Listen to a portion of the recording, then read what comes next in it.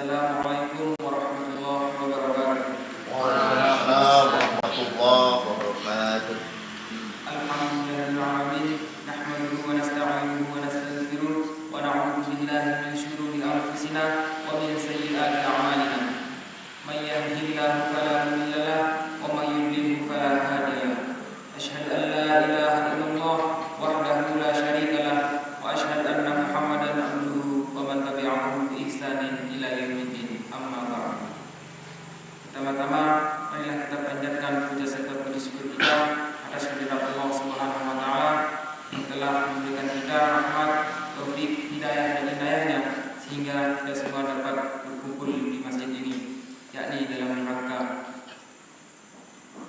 menyampaikan kajian tausiah. Kedua kalinya, salawat serta salam semoga selalu terlimpah curahkan kepada Habibullah kekasih Allah Nabi Muhammad sallallahu alaihi wasallam yang telah menuntun risalah tauhid, yang telah membawa risalah tauhid, menuntun umat manusia ke jalan yang diridhai oleh Allah Subhanahu wa taala, yakni ad-dinul Islam. Sebelum kita mulai acara kita pada malam hari ini, marilah kita sama-sama membuka dengan melafazkan al-basmalah. Bismillahirrahmanirrahim. Acara selanjutnya penyampaian ceramah agama yang akan disampaikan oleh Ustaz Iwan kepada beliau untuk bersilakan.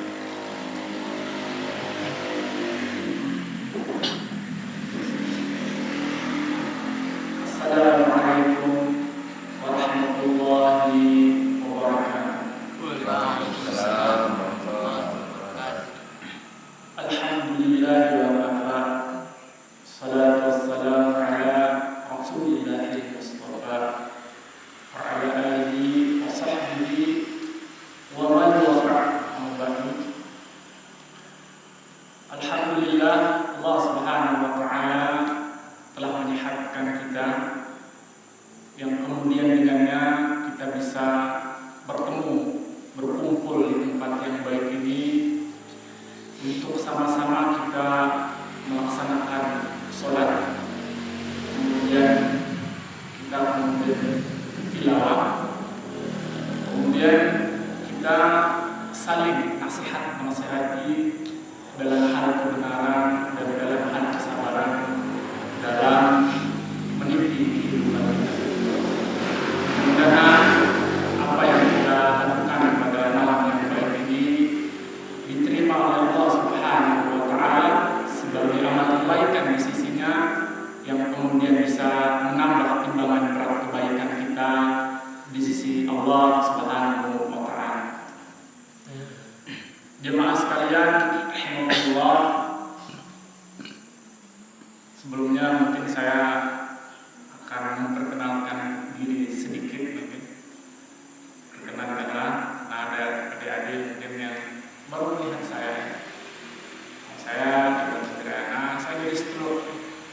Kemudian saya kerja di Masjid Agung Darussalam APC. Kemudian saya sudah pulang pergi setelah Taliwang itu dari tahun 2007, sekarang 2019. Artinya 12 tahun ya, saya sudah pulang pergi. Dulu jadi saya orang seteluk ya. Itulah sedikit perkenalan saya.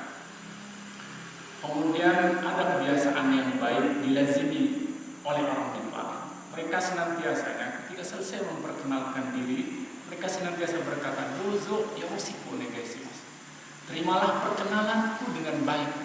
Anggaplah aku sebagai saudara kalian, anggaplah aku sebagai kakak kalian, anggaplah aku sebagai bagian daripada kalian. Itu artinya. Ini kebiasaan orang kafir, tetapi ini baik. Tidak apa kemudian kita ikuti. Sehingga pada malam ini pun kami mengatakan dozo yoroshiku onegaishimasu. Terimalah perkenalan saya dengan baik. Anggap saya sebagai kakaknya. Tentu saya akan senang. Dan saya anggap adik-adik ini sebagai anak saya atau adik saya. Ini tuh sebagai prolog. Sekali lagi ini kebiasaan daripada orang-orang Jepang ya. Kemudian pada malam ini saya kemudian mengatakan seperti itu. Mungkin berusaha saya ke sana, ke Baitus Sakinah, maka terimalah saya dengan baik. Kita kemudian bisa saling memberikan kebaikan antara satu dan yang lainnya. Kemudian jemaah sekalian rahimakumullah, saya sempat berpikir dari apa yang akan kita saling nasihati pada malam ini. Saya sempat berpikir di jalan sebelum saya datang.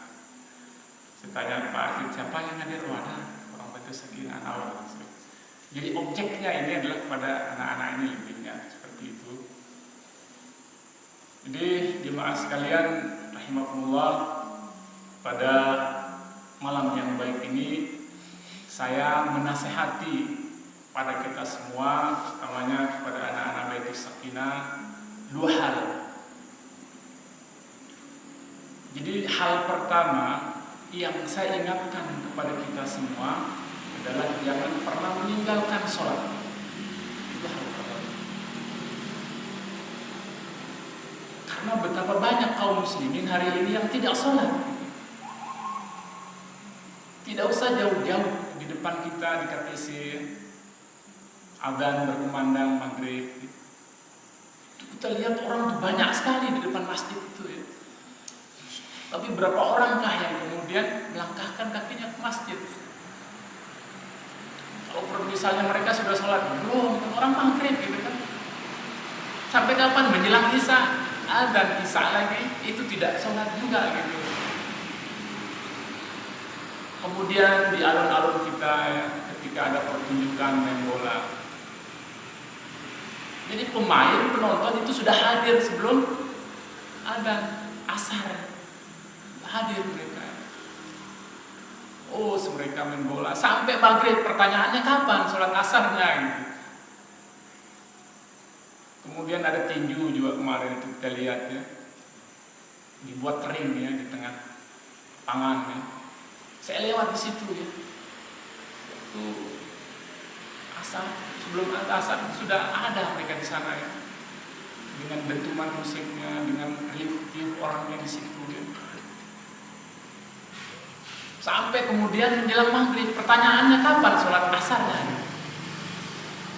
Di atas kapal, kita pergi di atas kapal, di antara 200 orang di atas kapal, berapa orangkah yang sholat kapal yang kecil itu? Mungkin ada 10 orang, 15 orang.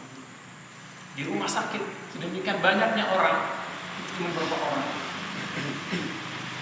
Dapat kita simpulkan dari kondisi-kondisi ini bahwa banyak di antara kaum muslimin yang tidak melaksanakan sholat. Ini fakta yang tidak bisa kita bantah.